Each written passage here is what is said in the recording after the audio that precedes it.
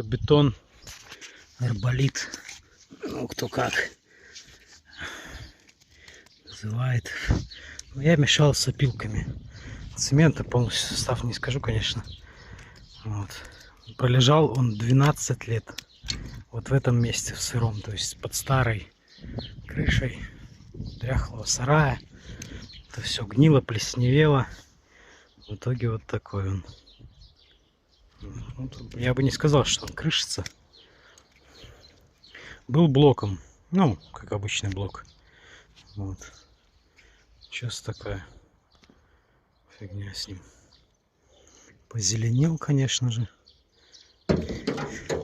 Кусок побольше. Если даже...